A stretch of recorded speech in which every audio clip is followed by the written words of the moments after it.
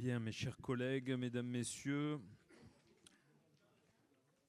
nous allons donc démarrer la séance du conseil municipal de ce soir avec un seul point à l'ordre du jour. Je vous remercie toutes et tous de votre présence. Et on va commencer, comme de bien entendu, par l'appel. Où est-ce qu'elle m'a mis ? Maître Bézina, Madame Baraja, Monsieur Baucher, Madame Bravetti, Monsieur Zambernardi, Maître Chichmanian donne procuration à Monsieur Zambernardi, Monsieur Bojanovic, Madame Logier, Monsieur Charles Rigucci. Il n'est pas là, Charlie ? Pas encore. Monsieur Comte, Madame Amédéo Paschi donne procuration à Madame Bravetti, Madame Kokloff, Madame Piedfort, Monsieur Cosentino, Madame Degus, Monsieur Capelier, Madame Porte, Monsieur Fugaro, Monsieur Belli, Monsieur Guigaud me donne procuration, Madame Scolari, Madame Beuil donne procuration à Madame Marchessou, Monsieur Lagache, Madame Marchessou, Monsieur Ledeux, Monsieur Curti donne procuration à Monsieur Lagache et Monsieur Marza. Bien, merci donc pour votre présence. Nous avons un seul point à l'ordre du jour. Nous désignons comme secrétaire de séance Madame Scolari. Et donc je vais vous parler du projet d'hôtel Spa Wellness et d'un avenant numéro 1 à la promesse unilatérale de vente. Mes chers collègues, par délibération du 26 janvier 2024, le conseil municipal a retenu le projet et l'offre financière du groupe Giboire pour la réalisation d'un projet d'hôtel Spa Wellness comprenant un hôtel 4 étoiles luxe, un espace de spa remis en forme, un restaurant panoramique, des appart-hôtels et des stationnements pour une surface de plancher projetée à 9 875 mètres carrés. L'offre financière pour l'achat de la parcelle AR320 était de 10 769 000 €, correspondant exactement à l'évaluation domaniale. Consécutivement à cette décision, le conseil municipal, par délibération du 8 avril 2024, a adopté les termes de la promesse unilatérale de vente avec l'opérateur, a autorisé le dépôt du permis de construire sur l'unité foncière communale, étant précisé que la future construction sera localisée sur la parcelle AR320, objet de la cession, et m'a autorisé à signer la promesse de vente. La PUV, signée le 19 avril 2024, a été consentie sous conditions suspensives. Une condition au profit du bénéficiaire porte sur l'obtention d'un permis de démolir et de construire définitif et prévoit que le bénéficiaire devra, pour se prévaloir de la présente condition suspensive, justifier auprès du promettant du dépôt d'un dossier de permis de construire au plus tard à la fin du 4e trimestre 2024, c'est-à-dire maintenant. Compte tenu des contraintes liées au site et en particulier de l'étude de dépollution, à la situation du projet dans le périmètre de monuments historiques soumis à l'avis conforme de l'architecte des bâtiments de France, le groupe Giboire a informé la commune de la difficulté de remplir cette condition dans le délai imparti. Aussi, il a été envisagé de décaler le délai pour déposer la demande de permis de construire de 6 mois maximum, avec pour objectif cependant de déposer la dite demande de permis au 30 mars 2025. De ce fait, la réalisation de toutes les autres conditions suspensives ainsi que le délai de validité de la promesse de vente devront être décalés d'autant. Dans ce contexte, il convient de conclure un avenant à la promesse unilatérale de vente en date du 19 avril 2024. Vous avez été destinataire du projet d'avenant et la note de synthèse qui vous a été adressée a détaillé pour chaque article concerné les modifications apportées à la promesse initiale. Ainsi, les modifications seraient les suivantes. En page 2, et premièrement, sur la durée de la promesse de vente est consentie pour une durée expirant le 30 juin 2026 à 16 h. Plus bas. Et deuxièmement, sur l'origine... Comment ?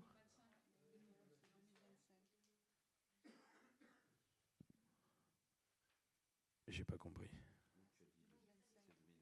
Oui. Excusez-moi. Vous avez bien 2025 ?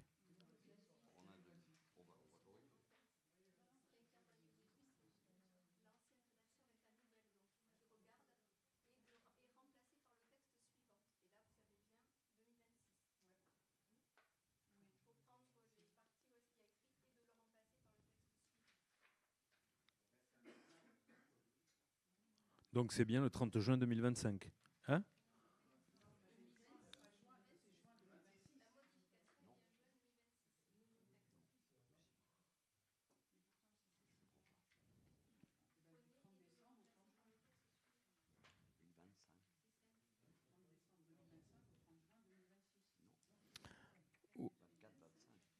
Non, non, non.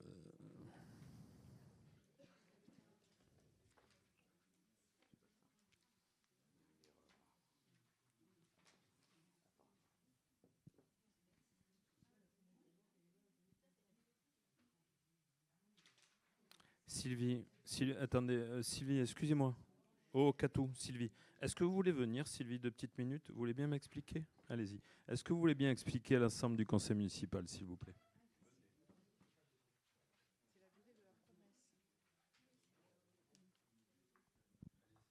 Bonsoir. Donc en fait,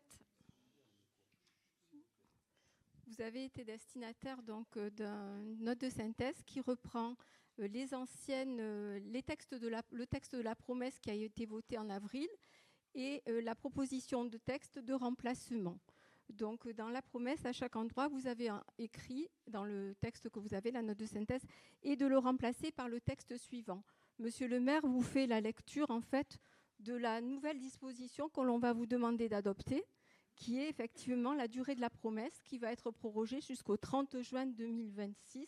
Ça, c'est la durée de la promesse. Et ensuite, vous verrez dans les autres articles, on passera à ce qui concerne le dépôt du permis de construire, qui là sera prorogé jusqu'en mars, voire juin 2025.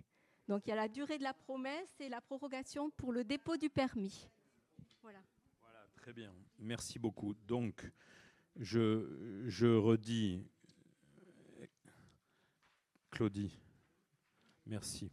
Je redis donc les 7 modifications. La première modification sur la durée de la promesse. La promesse de vente est consentie pour une durée expirant le 30 juin 2026. Précédemment, la durée de la promesse expirait au 31 décembre 2025. On est d'accord? Deuxièmement, sur l'origine de propriété. La promesse a été consentie sous la condition suspensive qu'il soit établi une origine de propriété régulière et incommutable remontant à un titre translatif de plus de 30 ans. À cet égard, une étude établie par M. Michel Castelli a été réalisée le 12 avril 2024. Cette étude a pu établir l'origine de propriété de la parcelle, anciennement cadastrée section D numéro 165, remontant à un titre translatif, mais non pour les parcelles anciennement cadastrées, section D numéro 166, 167 et 170. Aussi, le promettant s'engage à faire confirmer, au terme d'un acte de notoriété à établir par maître Anne-Sophie Deloche, en tant que de besoin, la possession publique continue et non équivoque par le Service national Gaz de France, puis par la commune de Villefranche-sur-Mer, laquelle possession viendra conforter le titre translatif au profit de la commune de Villefranche-sur-Mer. Cette condition devra être réalisée aux frais du promettant au plus tard le 30 mars 2025. Troisièmement, sur l'obtention d'un permis de construire et de démolir définitif. La réalisation des présentes est soumise à l'obtention par le bénéficiaire de toutes les autorisations administratives nécessaires et notamment d'un permis de démolir et de construire délivré sur l'unité foncière. Le dit permis devant être obtenu de manière expresse, purgé de tout recours, retrait et déféré, pouvant être mis en œuvre sans délai sur la parcelle AR 320 et portant sur l'édification d'un ensemble hôtelier wellness devant être composé d'environ 94 chambres d'hôtel en 4 étoiles luxe ou 5 étoiles, d'un spa et d'un espace de remise en forme pour une surface d'environ 1800 m², d'un restaurant panoramique, d'une terrasse avec piscine extérieure, d'environ 43 appartements hôtels, ainsi qu'environ 124 places de stationnement en sous-sol, le tout développant au maximum une surface de plancher globale de 9 875 m² avec autorisation au titre de la CDAC le cas échéant.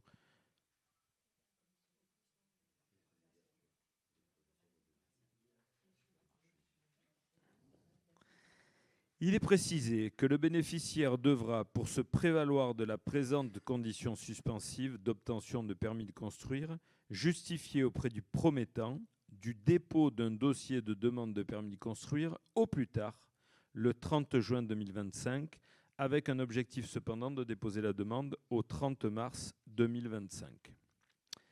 Nous passons ensuite en page 6.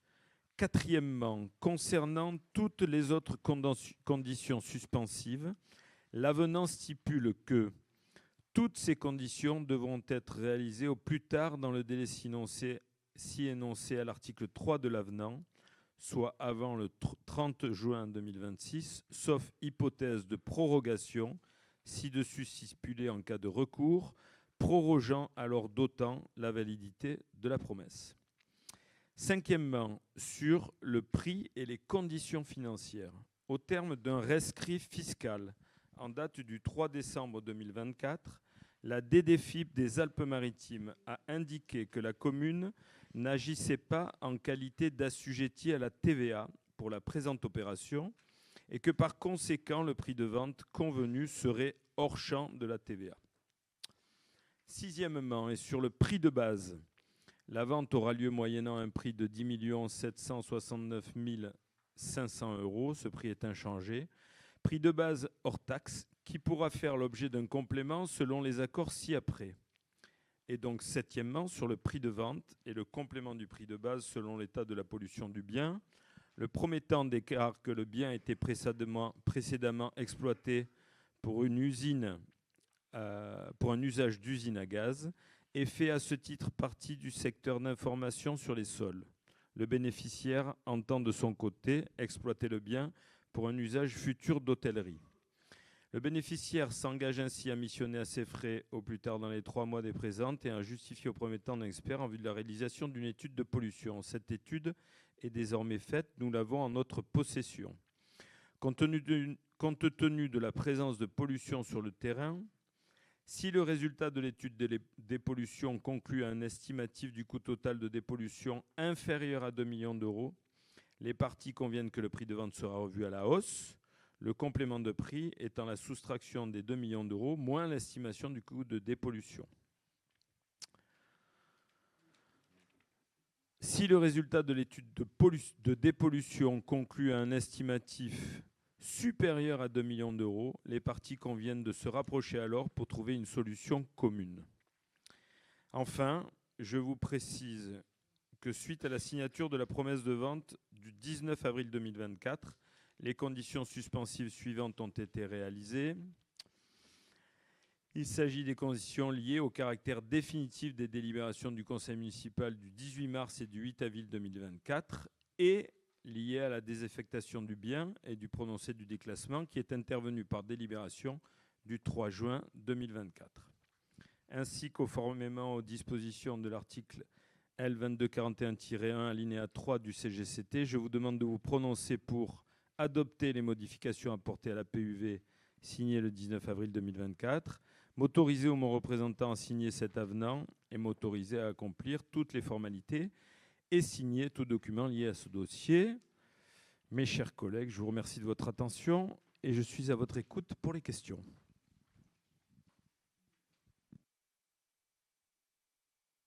Madame Marchessou, vous avez un micro. Monsieur le maire, chers collègues, nous avons quelques questions concernant ce projet. Lors de la présentation de celui-ci, nous n'avons aucune certitude de la viabilité de ce projet. Celui-ci n'en est qu'au début et la signature de la promesse de vente est déjà repoussée, d'où nos questionnements.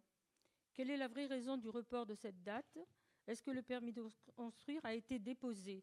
Parce que là, on n'a pas très bien compris la situation. Vous n'avez pas compris? Non. Le permis de construire n'a pas été déposé.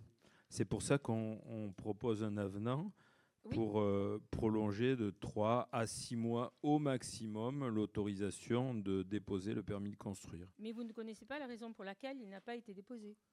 Ah ben si, c'est parce que c'est ce qui vous a été écrit, l'étude des dépollutions vient d'être terminée et que les discussions sont en cours avec l'architecte des Bâtiments de France à propos de ce permis de construire. Bien. C'est ce que j'ai expliqué dans le texte. Oui, merci. À ce jour, nous restons sur notre position, donc nous nous abstiendrons pour ce vote. Très bien. Merci, monsieur le maire. Merci beaucoup, monsieur Le Deux. Chers collègues, bonsoir. Oui, concernant les bâtiments de France, vous aviez préinstruit le dossier pour le déposer, sachant que bon, ça peut être possible de présenter les teneurs globales du projet à l'architecte des bâtiments de France pour être sûr de gagner du temps, en tout cas de ne pas en perdre. Et simplement, quand vous avez un permis de construire qui doit être déposé au plus tard le 4e trimestre 2024, s'il n'est pas déposé, sachant que c'est une condition et c'est un prérequis vis-à-vis du bénéficiaire, normalement la promesse elle est caduque. Sauf si on signe un avenant. Bien sûr, on est d'accord. Mais simplement, est-ce que du coup ça ne vous a pas posé des interrogations sur la viabilité, comme disait Gisèle, de ce projet et peut-être la non-conformité qui va se répéter, notamment sur la surface de plancher. Je ne sais pas.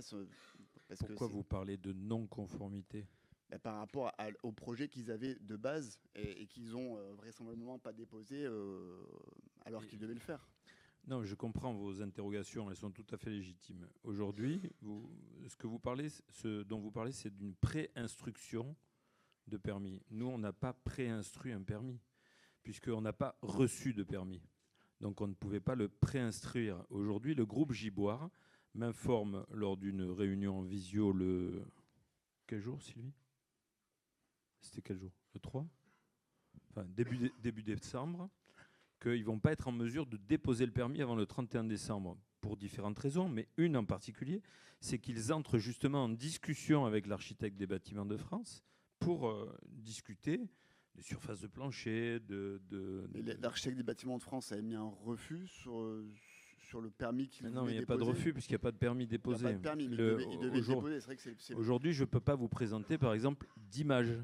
Je ne peux pas vous présenter de projet, puisque le permis n'a pas été encore déposé. C'est d'ailleurs l'objet de la réunion de ce soir. Ce que je sais, c'est que... Mais c'est étonnant quand même.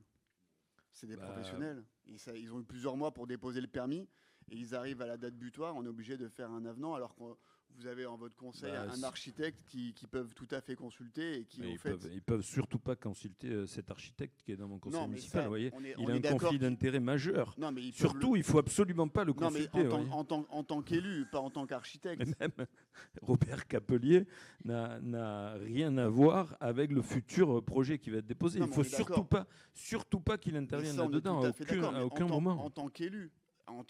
Mais même en tant qu'élu. Surtout pas. Aujourd'hui, les élus que nous sommes ont reçu 3 offres, ont examiné 3 offres et ont retenu une offre. Mais aujourd'hui, on ne s'est plus occupé du tout de ça. Et on ne s'en occupera pas.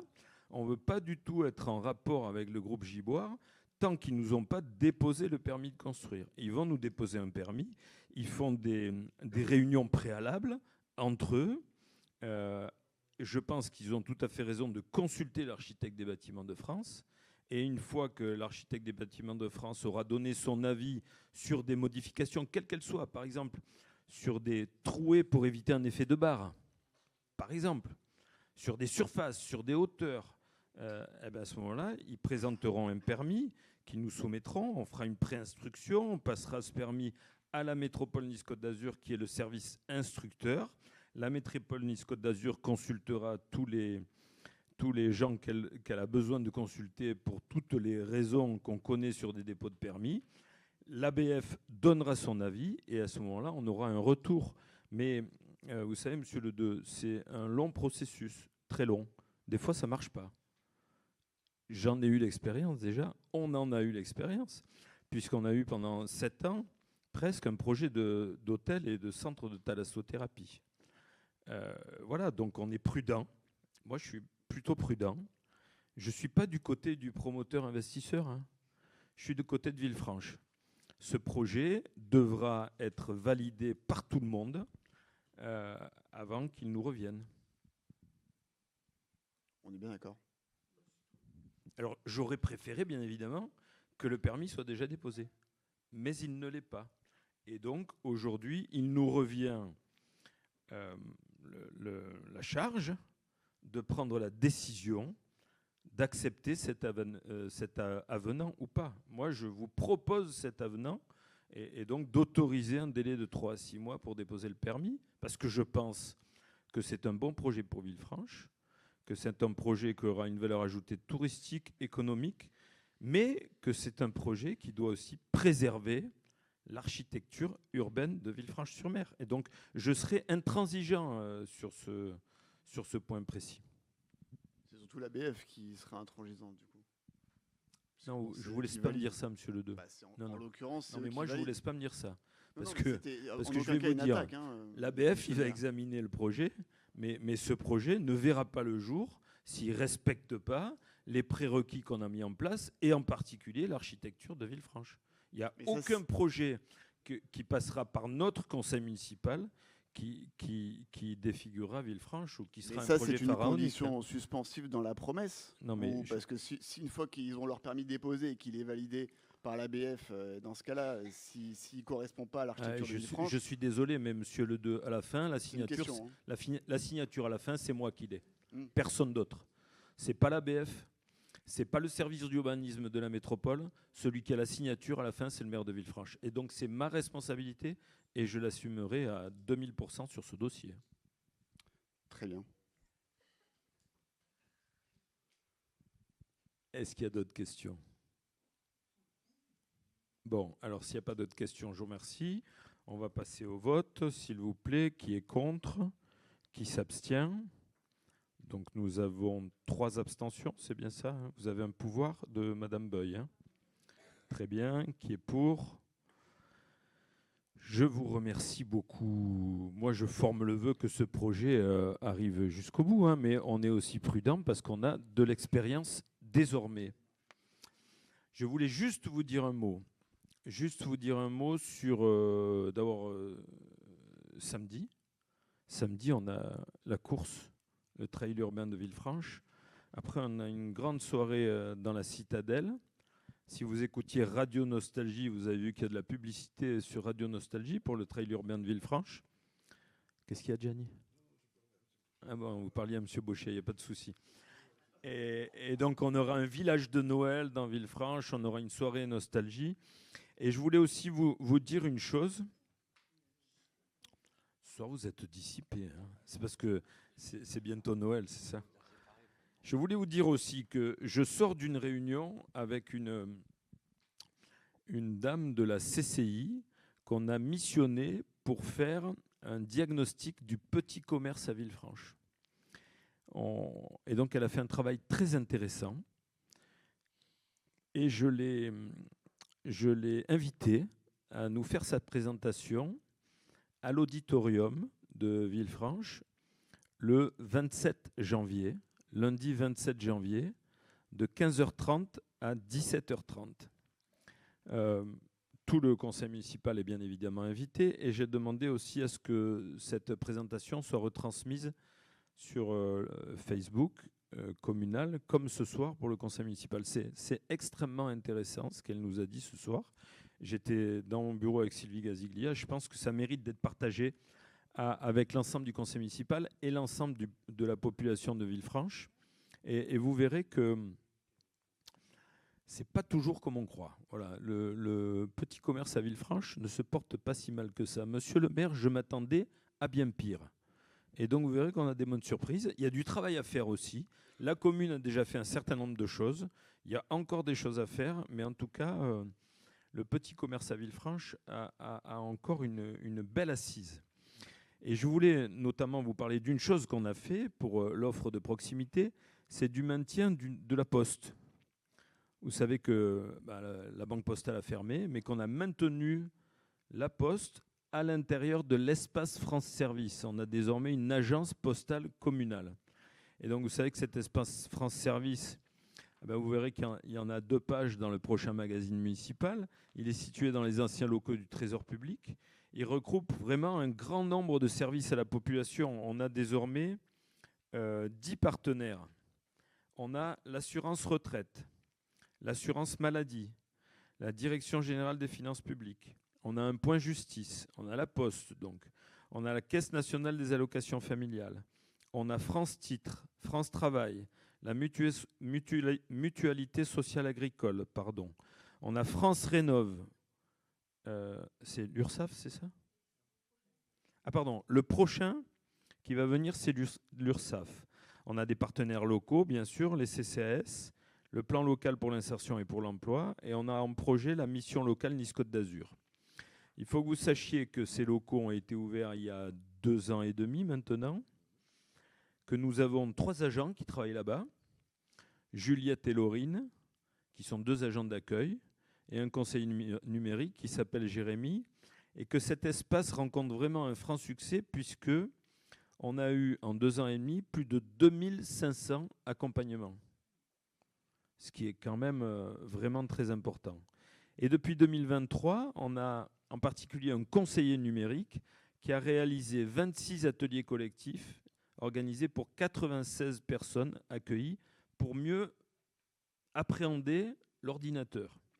Et puis on a eu 468 accompagnements individuels. Donc voilà, je voulais juste parler de ça pour vous dire que cet espace France Service, il permet quand même de rester au contact de la population. Il est plutôt bien situé.